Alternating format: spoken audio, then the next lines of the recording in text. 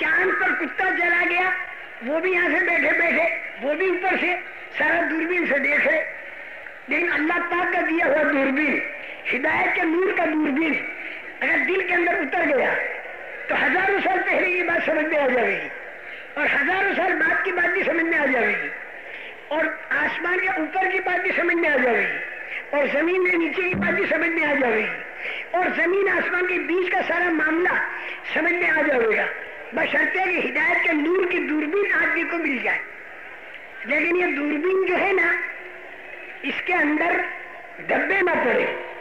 ہدایت کے نور کی دوربین جو ہے نا، اس میں دھبے نہ پڑے ہو. اگر دھبے پڑے ہوں گے تو سمجھ میں نہیں آئے گا. تکبر کا دھبا، حسد کا دھبا، دنیا طلبی کا دھبا، خود غرضی کا دھبا، حب جاہ، حب مال اور حب دنیا کا دھبا، یہ دھبے اس کے اندر نہ پڑے ہوں. کیونکہ دھبے اگر پڑے ہوئے ہوں گے تو اسے پھر دکھائی نہیں دے گا. یہ دوربین جو ہے اس کے اندر دھبے پڑ گئے تو ان دھبوں کو بھی صاف کرنا پڑے گا. تو یہ سارے دھبے صاف ہوں گے نبی کریم صلی اللہ علیہ وسلم کی ترتیب پر. تو ایک تو کلمے کی دعوت شروع کر دی، جس نے کلمہ پڑھا کلمے کی دعوت شروع کر دی. اس کے بعد جو قرآن اترا تو تعلیم کے حلقے شروع ہو گئے. حضرت عمر کی بہن بہنوئی تعلیم کے حلقے میں ہی تو بیٹھے تھے. ایک طرف کلمے کی دعوت، ایک طرف تعلیم کا حلقہ، یہ دونوں کام. لیکن اس کام کرنے والے کی بعض لوگ تو کریں گے احترام اور بعض لوگ کریں گے توہین. دونوں حالتوں میں آدمی اگر لوگ اس کی عزت اور احترام کریں، نعمتیں دینی شروع کر دیں تو یہ آدمی اتنا ہو جائے. اور اگر اس کی توہین کرے، گالی دینا شروع کرے تو یہ آدمی گھبرا ہو جائے. اور یہ بات سوا اللہ کے تعلق کے پیدا نہیں ہو سکتی. اور اللہ کا تعلق ملے گا اللہ کا ذکر کرنے سے، قرآن پاک کی تلاوت کرنے سے اور اللہ پاک سے دعا مانگنے سے اللہ کا تعلق ملے گا. یہ تین باتیں چالو کر دی رسول کریم صلی اللہ علیہ وسلم نے. ایک طرف کلمے کی دعوت، ایک طرف تعلیم کا حلقہ، اور ایک طرف اللہ پاک کا ذکر، قرآن پاک کی تلاوت اور اللہ پاک سے دعاؤں کا مانگنا. جس نے کلمہ پڑھا انہوں نے تینوں باتیں شروع کر دی. لیکن ایک بات بڑی پریشان کن جو تھی وہ یہ تھی کہ جس نے کلمہ پڑھا اس کے علاقے والوں نے، اس کے گاؤں والوں نے، اس کی قوم، خاندان، برادری نے بالکل نکال دیا.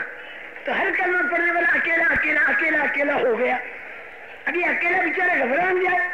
تو رسول کریم صلی اللہ علیہ وسلم نے کلمہ پڑھنے والوں کے اندر اجتماعیت پیدا کرنے کے لیے ایک دوسرے کا اکرام اور احترام کرنا، اور یہ نہ دیکھنا کہ کون سی قوم، کون سی خاندان، کون سے رنگ، کون سے گروپ، کون سے جتھے، کون سی گوشت، کون سی پال کا یہ ہے، یہ مت دیکھو. یہ دیکھو کہ یہ کلمہ پڑھنے والا ہے تو اس کا تم اکرام کرو تو اس سے اجتماعیت پیدا ہو جائے. حضرت ابوبکر صدیق رضی اللہ تعالیٰ عنہ نے حضرت بلال کو خریدا، آزاد کیا. کوئی رشتہ داری نہیں تھی. حضرت ابو ذر غفاری رضی اللہ تعالیٰ عنہ پہ حضرت علی نے بٹھا کر کھلایا، کوئی رشتہ داری نہیں تھی. تو یہ اکرام مسلم شروع کر دیا تاکہ اجتماعیت پیدا ہو جائے کلمہ پڑھنے والوں کے اندر. ان کے اندر جتنی اجتماعیت پیدا ہوگی دوسروں پر اس کا اثر پڑے گا. اور ان کی اجتماعیت کے اندر اگر فرق آ گیا تو اس کے دو نقصان بڑے بڑے ہوں گے. اگر ان کلمہ پڑھنے والوں کی اجتماعیت یا دین کے کام کرنے والوں کی اجتماعیت کے اندر اگر فرق پڑ گیا اور ان میں اگر آپس میں کشاکش ہو گئی تو پھر دو نقصان اللہ نے بتائے. ایک تو یہ کہ یہ کم ہمت ہو جائیں گے، جب آپس میں کشاکش ہوگی تو کم ہمت ہو جائیں گے. اور دوسرا یہ نقصان کہ دوسروں کے اندر سے ہوا اکھڑ جائے گی. وَلَا تَنَازَعُوا فَتَفْشَلُوا وَتَذْهَبَ رِيحُكُمْ، یہ دو نقصان ہوں گے. اس لیے کام کرنے والوں کے اندر بھی اجتماعیت ہو اور یہ دوسروں کے اندر جن میں کام کرے ان میں بھی اجتماعیت ہو. پورے عالم کی امت کے اندر اجتماعیت پیدا ہو جائے. لیکن یہ اجتماعیت کا پیدا کرنا کام اللہ کا ہے، اور ہمارا کام یہ ہوگا کہ جو ہمیں طریقہ بتایا اس طریقے کے اوپر ہم مجتمع ہو جائیں تو اس کے اثرات پورے عالم کے اوپر پڑیں گے. اہل باطل جو ہے، اہل باطل اور بھٹکے ہوئے، ان کی پوری کوشش یہ ہوتی ہے کہ ان ایمان والوں کے اندر کوئی قومیت کا مسئلہ کھڑا کر دو، خاندانیت کا مسئلہ کھڑا کر دو، ملک کا مسئلہ کھڑا کر دو، صوبے کا مسئلہ کھڑا کر دو، رنگ کا مسئلہ کھڑا کر دو، اور کھڑا کر کے ان کو آپس میں ٹکرا دو. تو جتنے آپس میں ٹکراتے رہیں گے اہل باطل جو ہوں گے وہ اچھلتے رہیں گے اور وہ سمجھیں گے کہ کام ہمارا بن گیا. اور اگر یہ لوگ آپس میں اجتماعیت پر آ گئے تو پھر اہل باطل جو ہوں گے وہ گھبرا رہیں گے کہ بھئی ان کے اندر اجتماعیت آ گئی اور ان کے اندر واقعی دین آ گیا اور ان کے ساتھ آسمانی مدد آ گئی تو آسمانی مدد کا مقابلہ ہم نہیں کر سکیں گے. آسمانی مدد کا مقابلہ فرعون قارون حامان نہیں کر سکے. آسمانی مدد کا مقابلہ قوم عاد اور قوم ثمود نہیں کر سکی. آسمانی مدد کا مقابلہ ابو جہل کا مجمع بدر میں نہیں کر سکا. آسمانی مدد کا مقابلہ بنو نذیر کے یہودی اور بنو غطفان یہ لوگ آسمانی مدد کا مقابلہ نہیں کر سکے. دور صدیقی کے اندر آسمانی مدد کا مقابلہ مسلمہ کذاب نہیں کر سکا اور قیصر روم نہیں کر سکا. آسمانی مدد کا مقابلہ حضرت عمر کے زمانے میں قیصر روم کا پورا لشکر نہیں کر سکا اور کسرائے فارس کا پورا لشکر نہیں کر سکا. آسمانی مدد کا مقابلہ صلاح الدین ایوبی رحمت اللہ علیہ جو بالکل غریب تھے، جب مر گئے تو ان کے پاس کفن کا کپڑا بھی نہیں تھا لیکن ان کے اندر وہ صفات تھی جس پر آسمانی مدد آئی. تو آسمانی مدد کا مقابلہ یورپ کی 14 حکومتیں مل کے نہیں کر سکی. یہ تو پچھلے زمانے کی ہوئی. آئندہ زمانہ جو آگے آنے والا ہے جس میں دجال آئے گا اور اس کے ساتھ بڑا لشکر ہوگا، لیکن ایمان والوں کے ساتھ جب آسمانی مدد آئے گی تو دجال اس کا لشکر مقابلہ نہیں کر سکے گا. آخر میں پھر یاجوج ماجوج آئیں گے. جب آسمانی مدد آئے گی تو پہاڑ کے غار میں چھپے ہوئے جو ایمان والے ہوں گے اس آسمانی مدد کا مقابلہ یاجوج ماجوج بھی نہیں کر سکیں گے. انسان جو دھوکہ کھا جاتا ہے وہ آنکھوں دیکھی سے دھوکہ کھا جاتا ہے اور اللہ پاک جو ہے وہ غیب میں ہے. ان کی باتیں ساری غیب کے اندر ہے جس کے بارے میں نے 4 باتیں بتائی تھی. ایک تو دیوتا، ایک کاروبار، ایک سائنسی ترقیات اور ایک دجال. کریں گے سب کچھ اللہ لیکن دکھائی دے گا ان کو دوسری جگہ. تو وہ سارے دیوتاؤں کے پجاری کیا کہتے تھے کہ دیوتا ہم کو دیتا ہے، کیونکہ 15 مرتبہ انہوں نے مانگا اور ملا، دیا اللہ نے. وہ سمجھے کہ دیوتا دے رہا ہے، اللہ مہربان ہے. ان کو جہنم سے بچانے کے لیے ان کے لیے فضا بنائی. دیوتا سے مانگا اور اللہ نے نہیں دیا تاکہ ان کا ذہن بن جائے کہ دیوتا نہیں دیتا اللہ دیتا ہے. لیکن چونکہ نبیوں کی دعوت والی بات انہوں نے نہیں لی تو ان کی سمجھ میں بات آئی نہیں اور یہ یوں سمجھے کہ دیتا تو دیوتا ہے لیکن یہ بھی راضی نہیں ہوا. چلو راضی کرو تو خوب روئے اس کے سامنے، دے دے، ارے راضی ہو جا. پھر نہیں ملا، ابھی راضی نہیں ہوا. پھر اللہ پاک نے دیا، اوہو اب راضی ہوا. تو ان کے ہم مل جائے تو سمجھو دیوتا راضی، نہ ملے تو سمجھو دیوتا ناراض. ادھر نبیوں نے بات چلائی، انبیاء کرام علیہ السلام کی بات ماننے والے تھوڑے سے، انہوں نے بات مانی، یہ ان کو سمجھاتے رہے.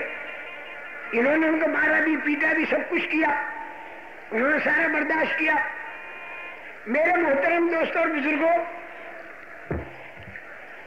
جب صحیح یقین وجود میں آتا ہے اور صحیح اعمال وجود میں آتے ہیں تو غلط یقین والوں کے سالہ سال کے تجربات اور مشاہدات کے خلاف اللہ کر کے بتا دیتے. سینکڑوں سال کے تجربے مشاہدے کے خلاف نوح علیہ السلام کی قوم کو اللہ پاک نے کر کے دکھا دیا. ہر زمانے میں اللہ لوگوں کے تجربات اور مشاہدات کے خلاف کر کے بتاتے ہیں جب صحیح یقین وجود کے اندر آتا ہے. آج اگر صحیح یقین اور صحیح عمل وجود کے اندر آ گیا تو ساری دنیا کے جتنے تجربات ہیں اور جتنے ان کے مشاہدات ہیں اللہ پاک ان کے خلاف کرنے کی طاقت رکھتے ہیں. ان کے تجربات اور مشاہدات کے خلاف اللہ پاک کرنے کی طاقت رکھتے ہیں.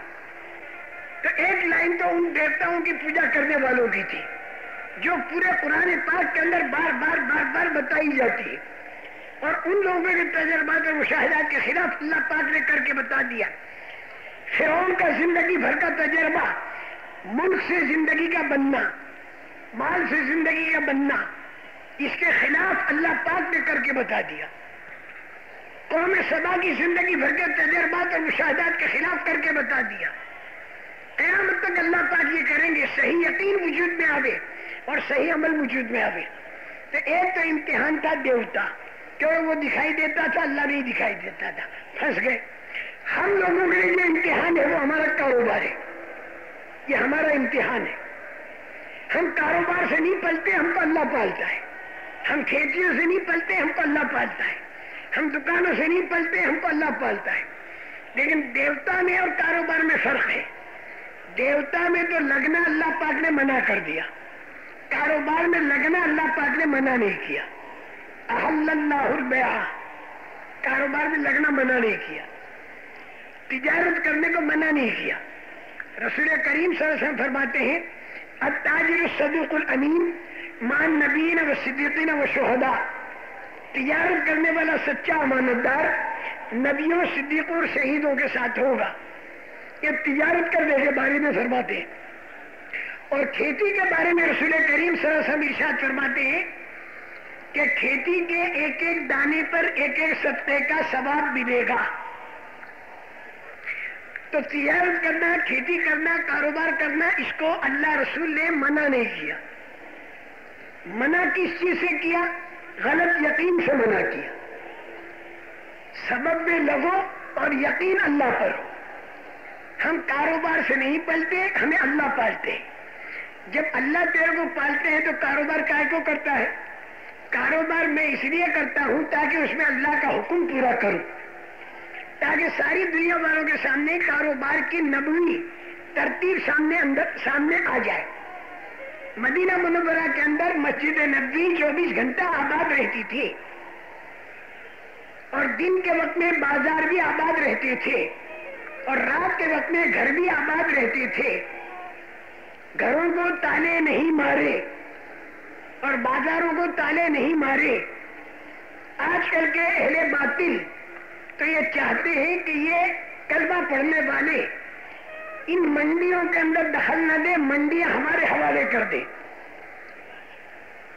اور یہ لوگ مسجدوں میں پڑھ رہے تو اچھا ہے، وہ تو چاہتے ہی ہے یہ۔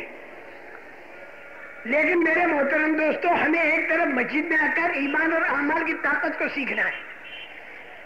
ایمان کے اندر ہمیں 7 لائنیں سیکھنی ہے، اور اعمال کے اندر ہمیں 4 لائنیں سیکھنی ہے۔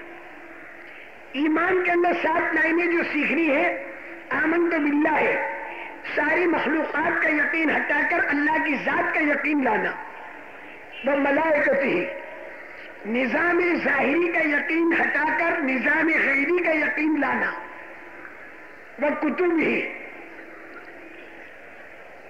میرے محترم دوستوں اور بزرگوں، آمنت باللہ ہے، وہ ملائکتہ ہی، وہ کتب ہی، آسمانی کتابوں کے اوپر یقین، امور میں انسانیہ سے یقین ہٹا کر امور میں الہیہ پر یقین کا لانا، وہ رسول ہی۔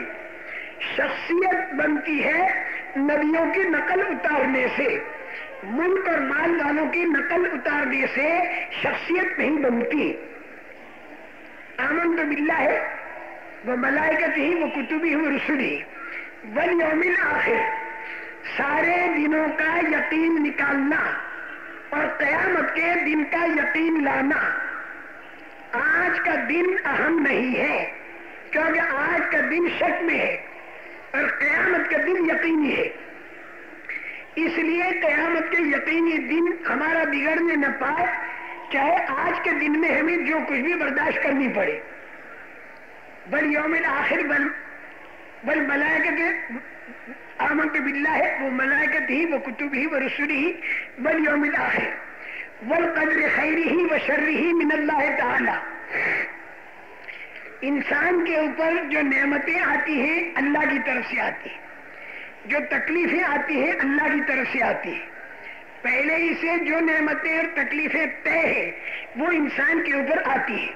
یہ یقین آدمی کے دل میں ہو کہ جو کچھ بھی حالات نعمتوں کے میرے اوپر آئے یا کسی پر بھی آئے، یا تکلیفوں میں جو حالات آئے وہ اللہ کی طرف سے آئے، وہ پہلے سے طے ہے۔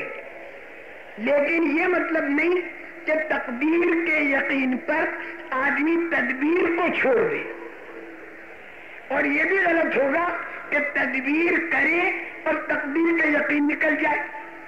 درمیان کا بالکل راستہ سیدھا سادہ، آدمی کے اوپر جو نعمتوں یا تکلیفوں والے حالات آئیں، تو ان حالات کے اندر یہ آدمی تدبیر کرے گا،